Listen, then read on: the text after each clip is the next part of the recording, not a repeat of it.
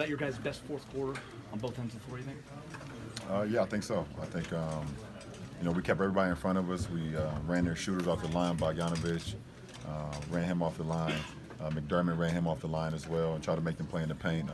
We were real solid on our rotations. Got a couple of charges as well. And when they missed, we rebounded. So it was a big fourth quarter for us defensively. You guys had your best first quarter or any quarter of the season. You got the crowd involved. 11 assists, 7 blocks. What was the key on both ends of the floor? Well, I just started with our energy and detail, our attention to detail from the start.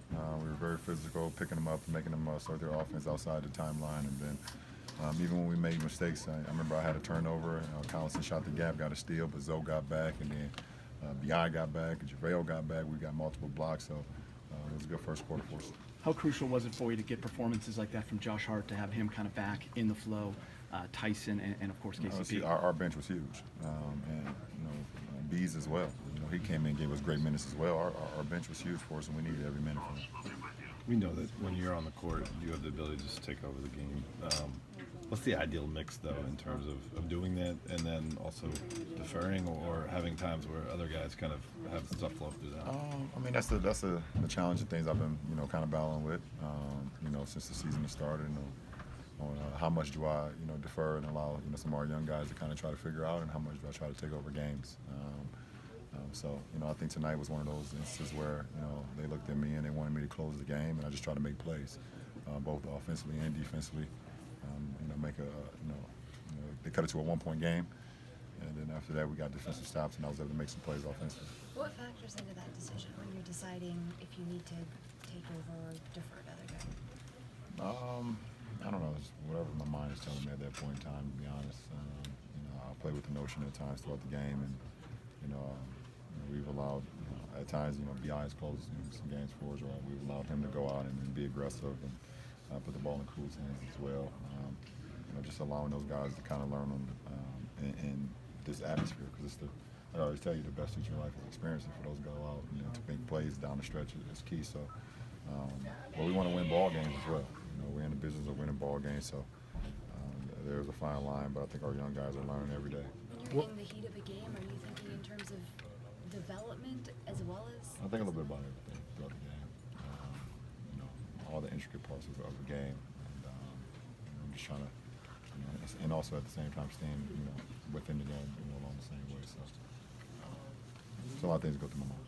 Has the season played out the way you imagined coming into the year, in terms of the way you fit into the offense and how much you'd have the ball in your hands? I figured I wouldn't have the ball in my hands as much. Coming into the season, knowing the multiple ball handlers that we have on our team, with Zoe and Doe, B.I., Lance, Kuz as well. Those guys have the ability to make plays as well.